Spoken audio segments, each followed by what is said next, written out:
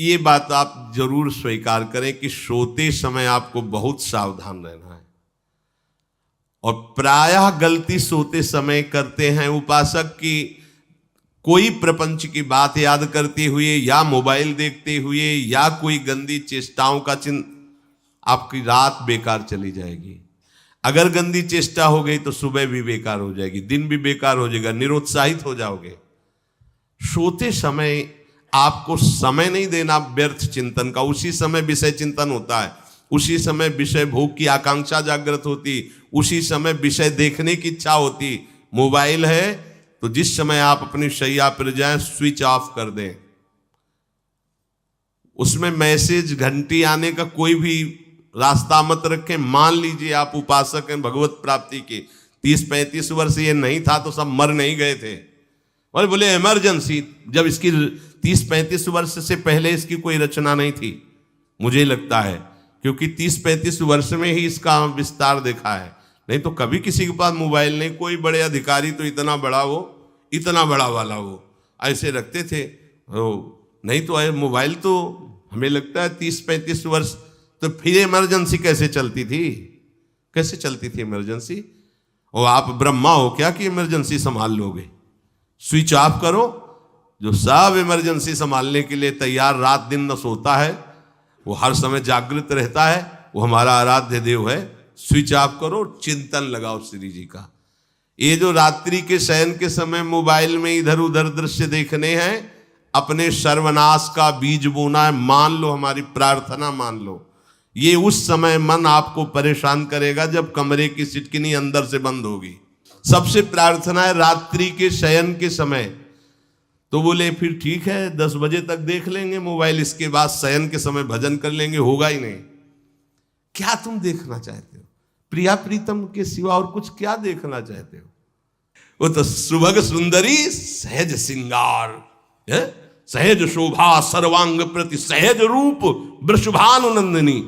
हमारी स्वामिनी जी की सुंदरता छुपाने के लिए आभूषण पहनाए जाते हैं, औरों को तो आभूषण सुंदरता बढ़ाने के लिए। यहां छवि के छिपाए बे को ऐसे के दास होके क्या देखोगे मोबाइल में? क्या देखना चाहते हो? वासना की क्रीड़ा, और तुम उस क्रीड़ा को देखना चाहते हो। परमार्थ के पथिक हो। देखना है तो प्रभु को देखने की वृत्ति रखो, अन्यथा मूंद लो आंखें। प्यारे, महान फल प्राप्त करोगे। सबसे प्रार्थना है एकांत में मोबाइल रूपी दुश्मन से बचो। क्योंकि जब आप गंदी बात कहीं देखोगे तो आपके अंदर वैसे ही चिंतन बनेगा। वो ऐसे ही लगेगा, मैं भी ऐसा करूं, मैं भी ऐसा भोगूं, मैं भी ऐसा देखूं। मान लीजिए आप, जब हमारे शास्त्र कहते हैं कि पशु पक्षियों के मैथुन को भी नहीं देखना है, अगर ऐसा एक बार दृष्टि पड़े तो मानसिक प्रणाम करके दोबारा दृष्टि ना देना। और आप मोबाइल में ऐसी चेष्टाएं देखोगे, कैसे आप भगवत भजन करोगे? कैसे भगवत प्राप्ति का उद्देश्य रख पाओगे? ये कलयुग की बहुत महीन चाल है कि उसके बिना काम नहीं चलेगा और हम तुम्हें काम से युक्त कर देंगे। इसके बिना काम चलेगा नहीं, तुमको रखना पड़ेगा। और जब तुम इसे रखोगे तो हम काम अपना कर लेंगे। कलयुग ने कहा हम अपनी व्यवस्था बना लेंगे। यहां कह रहे, जब आप नींद में जा रहे हैं तो बिल्कुल मानो मृत्यु शैया पे जा रहे हैं। आपको उस समय नाम जप में बहुत ध्यान देना है, कहीं मन बहक ना जाए। तो क्या होगा, 5-6 घंटे जो आप लेटोगे ना, वो भी भजन हो जाएगा। हमारा जो सततम योमाम स्मरति नित्यशा है ना, ये पूरा हो जाएगा। नहीं, उस समय हम सो जाएंगे तो हमारा 6 घंटे का वियोग हो गया, 6 घंटे भजन रुक जाएगा। और ये 100% पक्की बात अनुभव की कहते हैं। यदि सोते हुए भजन करोगे तो जगते, कई बार तो पकड़ा है कि अगर आधे पद में बेशुद्ध हो गए तो वो पद पूरा जगते ही शुरू हो गया है। मतलब बीच में स्थिति भागवती की रही। जैसे बेहोश करते समय हमने कहा था, जब ऑपरेशन के हमें बता देना, तो उनका बाबा अब इंजेक्शन लगाने वाले हैं, तो वो 1 मिनट हमें केवल दीजिए, अपनी चित्तवृत्ति। तो जब होश आया तो वही पहले चिंतन चल रहा था, वही चिंतन। जैसे सोने के समय हम बेहोश हुए तो जगने के समय वही चिंतन, ऐसे ही इंजेक्शन से जब बेहोश हुए और जब होश आया तो वही चिंतन चल। बहुत बड़ा चमत्कार अभ्यास का है। नींद खुले तब से लेकर गाढ़ नींद आने तक स्मरण में कभी रुकना नहीं। और आपको एक छूट दे रहे हैं। कभी कभी क्या होता है कि एक मंत्र में, एक नाम में जैसे बहुत देर अभ्यास करते हैं तो मन उबने लगता है। इसका स्वभाव है, ये अनुभव की बातें कहते हैं। इसका स्वभाव है नवम नवम, नहीं तो ये मतलब, तो इसको हम लोगों ने कैसे फंसाया है। जैसे गुरु मंत्र जप रहे, अब 2-3 घंटे लगातार गुरु मंत्र जप, अब इसको उबन बढ़ी, अब ये छोड़ रहा है, बीच बीच में पता चलता है छोड़ना चाहता है, छोड़ रहा है, तुरंत इसको नाम में फंसाया।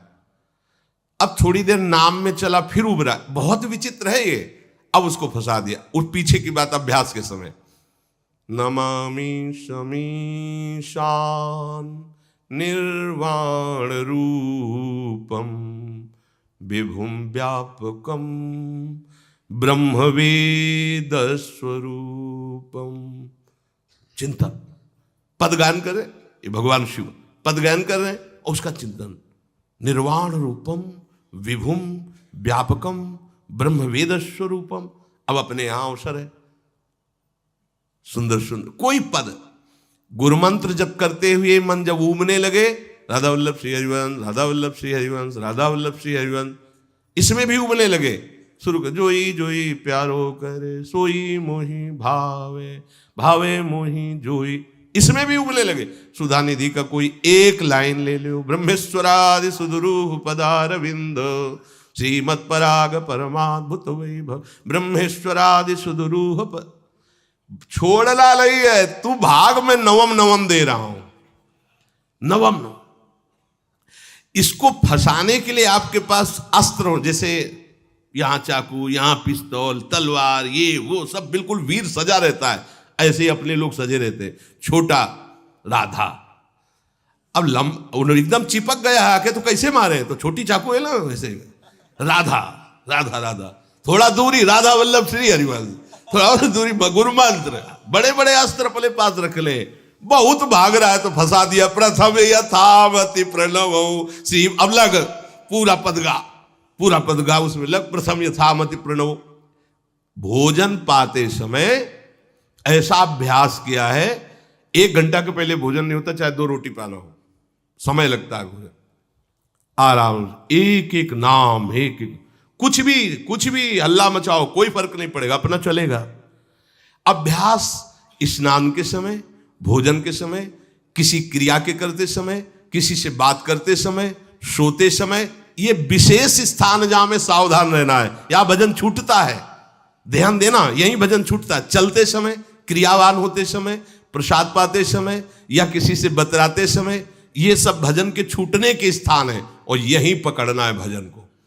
जब आपको बिल्कुल न लगे तो मानसिक सब बंद कर दो और गुनगुनाने लगो। जो धुनी आपको अच्छी लगे उसी में नाम, कोई नाम लेके, संसार का चिंतन न होने पावे, चाहे जो कुछ तुम जहां तुम्हारा मन आवे, गंगावरी गोदावरी, कुछ भी भागवतिक चिंतन के सिवा संसार के चिंतन न होने पाए। पहले ऐसे अनन्य बनो, फिर बाद में अनन्यता आती, रसना कटो जो अनरट। हाँ भी विषय चिंतन कर रहे हैं, प्रपंच कर रहे हैं, बोले रसना कटो जो अनरटो। और नहीं बोल सकते, प्रपंच बोलेंगे बस, रसना कटो, ये शब्द वहां नहीं आते। पहले हम आपको छूट देते, भक्त चरित्र, भगवान की चरित्र, नाम, कीर्तन, मंत्र, जो भी चाहो, संसार का चिंतन मत होने देना, पहले ये पकड़ो। फिर आगे चल करके जब पवित्र हृदय होगा तब ये निष्ठा आती, रसना कटो जो अन रटो, निरखियन फुटो नयन। मान लो संसार का चिंतन नहीं करने देना है इसको, आप जैसे बने वैसे करो भागवतिक चिंतन। कोई नाम ले लो, कोई मंत्र ले लो, तुम्हें जो प्रिय लगे, हम छूट देते हैं। ये हम नहीं करें कि रसना कटो जो अन रटो, ये बाद की बात है। हमें पहले इसका संसार चिंतन रोकना है। कैसे छूटेगा, कैसे छूटेगा, हमें यह पकड़ना है। नहीं तो निष्ठा की बात, जो हरि नाम जगत त्रिशिरोमणि वंश बिना कबहू, हरिवंश बोलेंगे नहीं, हरि बोलना नहीं है, हरि बोलना नहीं, क्योंकि जो हरिनाम जगत त्रिशिरोमणि वंश बिना, हरिवंश बोलना नहीं है क्योंकि प्रपंच में रति। तो क्या करो, जो तुम्हें प्रिय लगे पहले उसे पकड़ो। ये हम अंदर की बात करें, प्रवचन की बात नहीं कह रहे। मन को फंसाना है हमें। राम कृष्ण हरि जहां लगे इसको लगा, पहले इसको फंसाओ, संसार का चिंतन न होने दे। गीता भागवत भक्त चरित्र कुछ भी कहीं भी इसे फंसाओ, पहले संसार का चिंतन न होने दो, फिर लाओ इसको घुमा के निकुंज वाटिका में। फिर तो भागेगा ही नहीं, फिर नहीं भागेगा। अब सीधे निकुंज वाटिका में किसी महाभाग्यशाली गुरु आश्रित का लगेगा, अन्यथा बहुत प्रपंची मन है। आप आश्रय इधर का लोगे, प्रपंच का चिंतन करोगे, बात बनेगी नहीं। चिंतन छोड़ना है हमें, जैसे बने तैसे संसार का चिंतन छूट जाए तो हम विजय को प्राप्त होंगे। ध्यान दीजिए, इस परमात्म तत्व को वही प्राप्त कर पाता है जिसका राग बीत गया है, खत्म हो गया है, वैराग्यवान। ज्यादा परिश्रम नहीं है वैराग्य में, विवेक नहीं होने के कारण हम वैराग्य नहीं धारण कर पाते। हम बाहरी बातों को वैराग्य ले लेते हैं, ऐसा कपड़ा बदल लेना या कपड़ा ना पहनना या लौकी का कमंडल, मिट्टी का पात्र, तो हम अपने को वैरागी। बात यहां नहीं रुकेगी। वैराग्य का इतना ही मतलब नहीं, ये भी एक बाह्य अंग है वैराग्य का, पर वैराग्य का सच्चा स्वरूप है वीतरागा। कहीं कुछ भी अच्छा नहीं लग रहा, कोई भी सुख आकर्षित नहीं कर रहा, लोक लोकांतर की प्रतिष्ठा, मान, सुख, ऐश्वर्य, व्यक्ति, कुछ अच्छा नहीं। राग खत्म हो गया। ऐसा उस अक्षर ब्रह्म को, अविनाशी तत्व को जान पाता है। जगते भयो फिरे बैरागी। जैसी हरिवंश प्रपंच बंच सब ये काल ब्याल को खायो। हालत यह है कि जैसे सांप ने मेढक को पकड़ रखा और मेढक सामने पतिंगा को, कीड़े को पकड़ना चाहता है। उसे यह पता नहीं कि मैं खुद किसी का कवल बन चुका हूं, वो एक झटके में मुझे अपने पेट में ले जाएगा।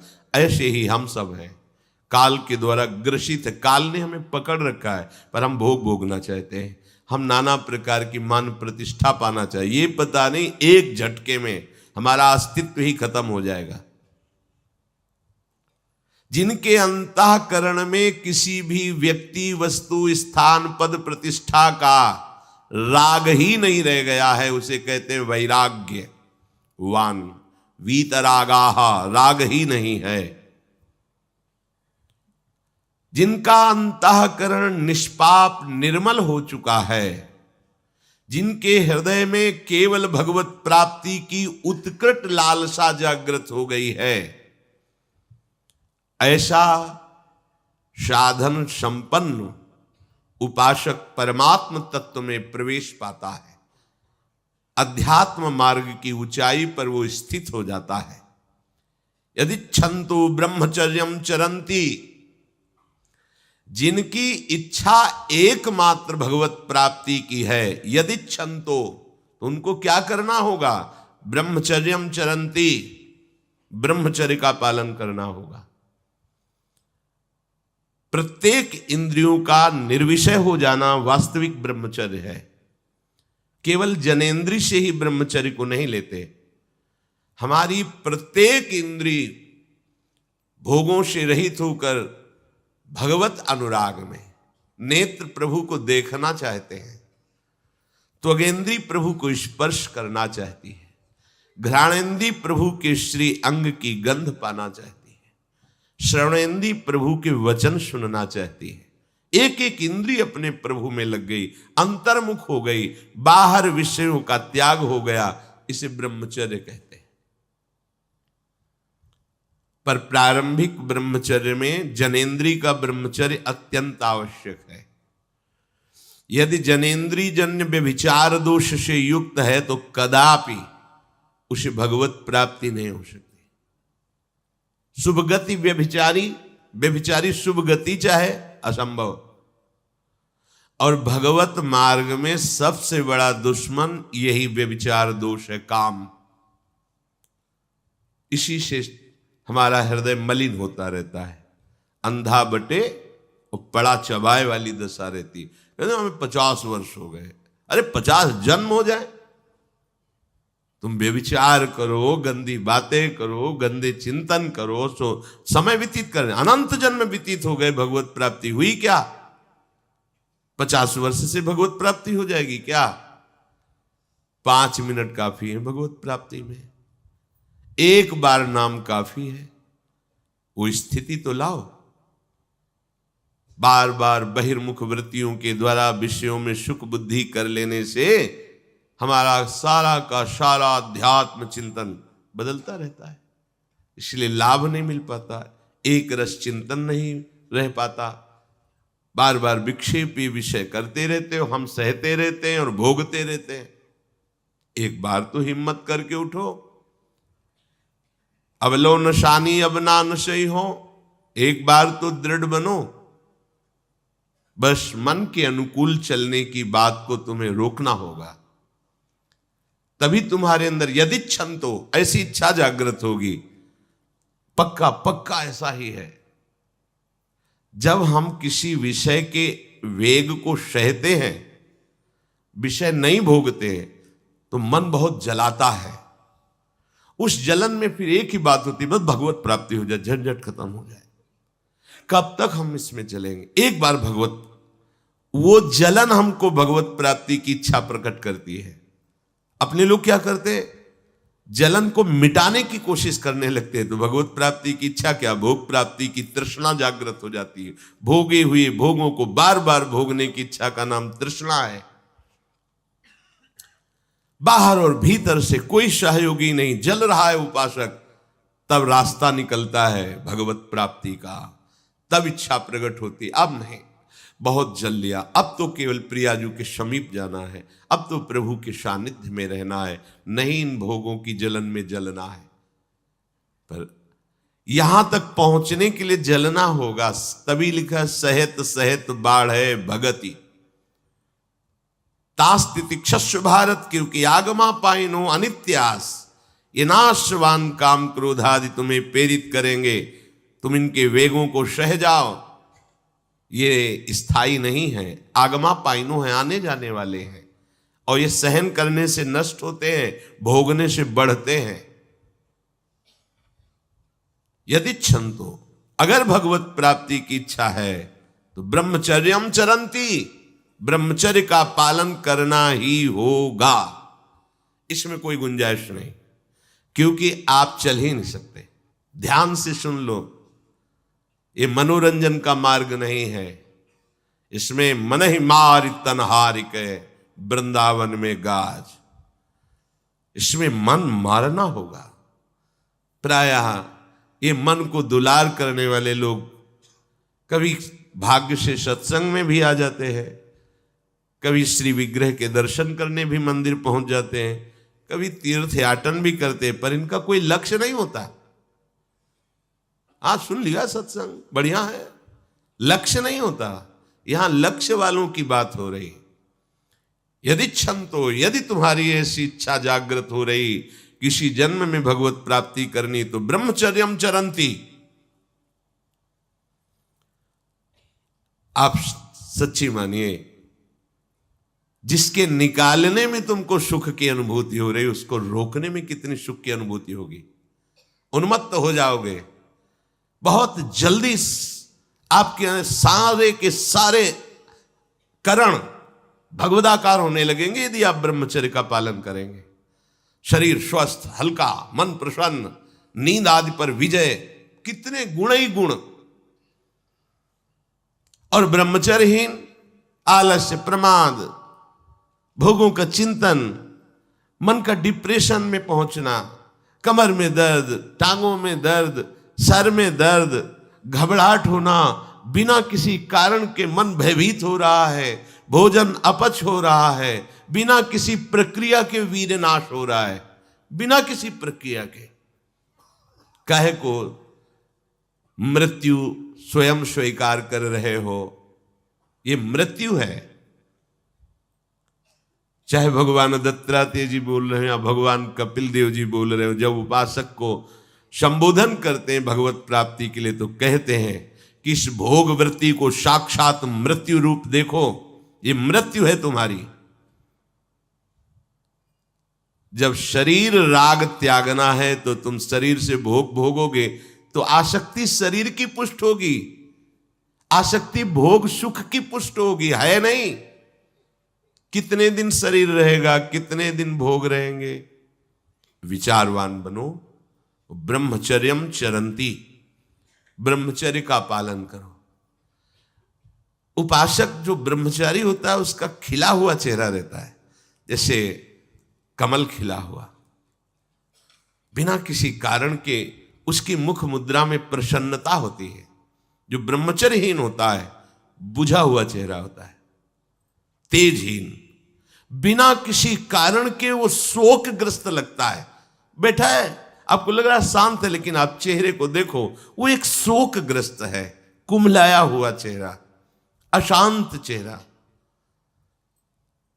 मुख प्रसन्न, तन तेज विराजा, यह है ब्रह्मचर्यम चरंती, भगवत आराधन संपन्न उपासक का। जैसे आग में पैर रखते हुए कोई चले तो कैसे चलेगा, ऐसे ही ब्रह्मचारी की पहचान है। इतनी स्फूर्ति उसके अंदर होती, जैसे आग में चलने वाला पूरा पैर नहीं रख पाएगा, अगला कदम रख देगा क्योंकि ताप लग रहा है, ऐसे उसकी स्फूर्ति होती पैरों में। उसकी आंखें एकाग्र रहती है, चंचलता इधर उधर या बार बार झपकना यह विषयी पुरुष का लक्षण है। बार बार पलक झपकना यह विषयी पुरुष का लक्षण है। इधर उधर ताक झांक, चंचलता, ऐसा बैठे तिनका तोड़ रहा है, पैर हिला, ये सब विषयी पुरुष के लक्षण है। ये तो बिल्कुल साधारण स्पष्ट दिखाई देता है आदमी विषयी है या ब्रह्मचारी, एक सेकंड में लक्षण होते हैं। आपको जब भगवत मार्ग का अवसर मिला है तो गृहस्थ हो, संतान हो गई, ब्रह्मचर्य से रहो। नहीं चाहिए संतान तो भ्रूण हत्या, गर्भ हत्या जैसे महापाप करने की क्या जरूरत है। उसी वीर से संतान उत्पन्न होती है जिसको आप नष्ट कर रहे हो, जिसको आप ऐसे पानी में बहा रहे हो, व्यर्थ फेंक रहे हो, तो उसको भ्रूण हत्या का पाप लग रहा है, तो तुमको पुण्य लग रहा है, वीरपात कर रहे हो तुम्हें भी वही हत्या लग रही है, क्योंकि उसमें वही जीवात्मा है जो मां के गर्भ में जाके बालक रूप धारण कर लेती है, उसको तुम नष्ट कर रहे हो। पर बुद्धि भ्रष्ट हो गई है, समझ में नहीं आता, व्यर्थ में वीरपात करते हो, व्यर्थ में। तुम्हारा भजन बनेगा, तुम अध्यात्म के योगी बनोगे, मजाक है अध्यात्म का मार्ग। होश में हो जाओ, ये मन के दुलार को बंद करो। जब तक इच्छा ही नहीं भगवत प्राप्ति की, तो फिर तुम कैसे भगवत प्राप्ति कर पाओगे। भगवत प्राप्ति की इच्छा कैसे होगी जब तुम्हारी इस तरह से निंदनीय वृत्तियां हैं।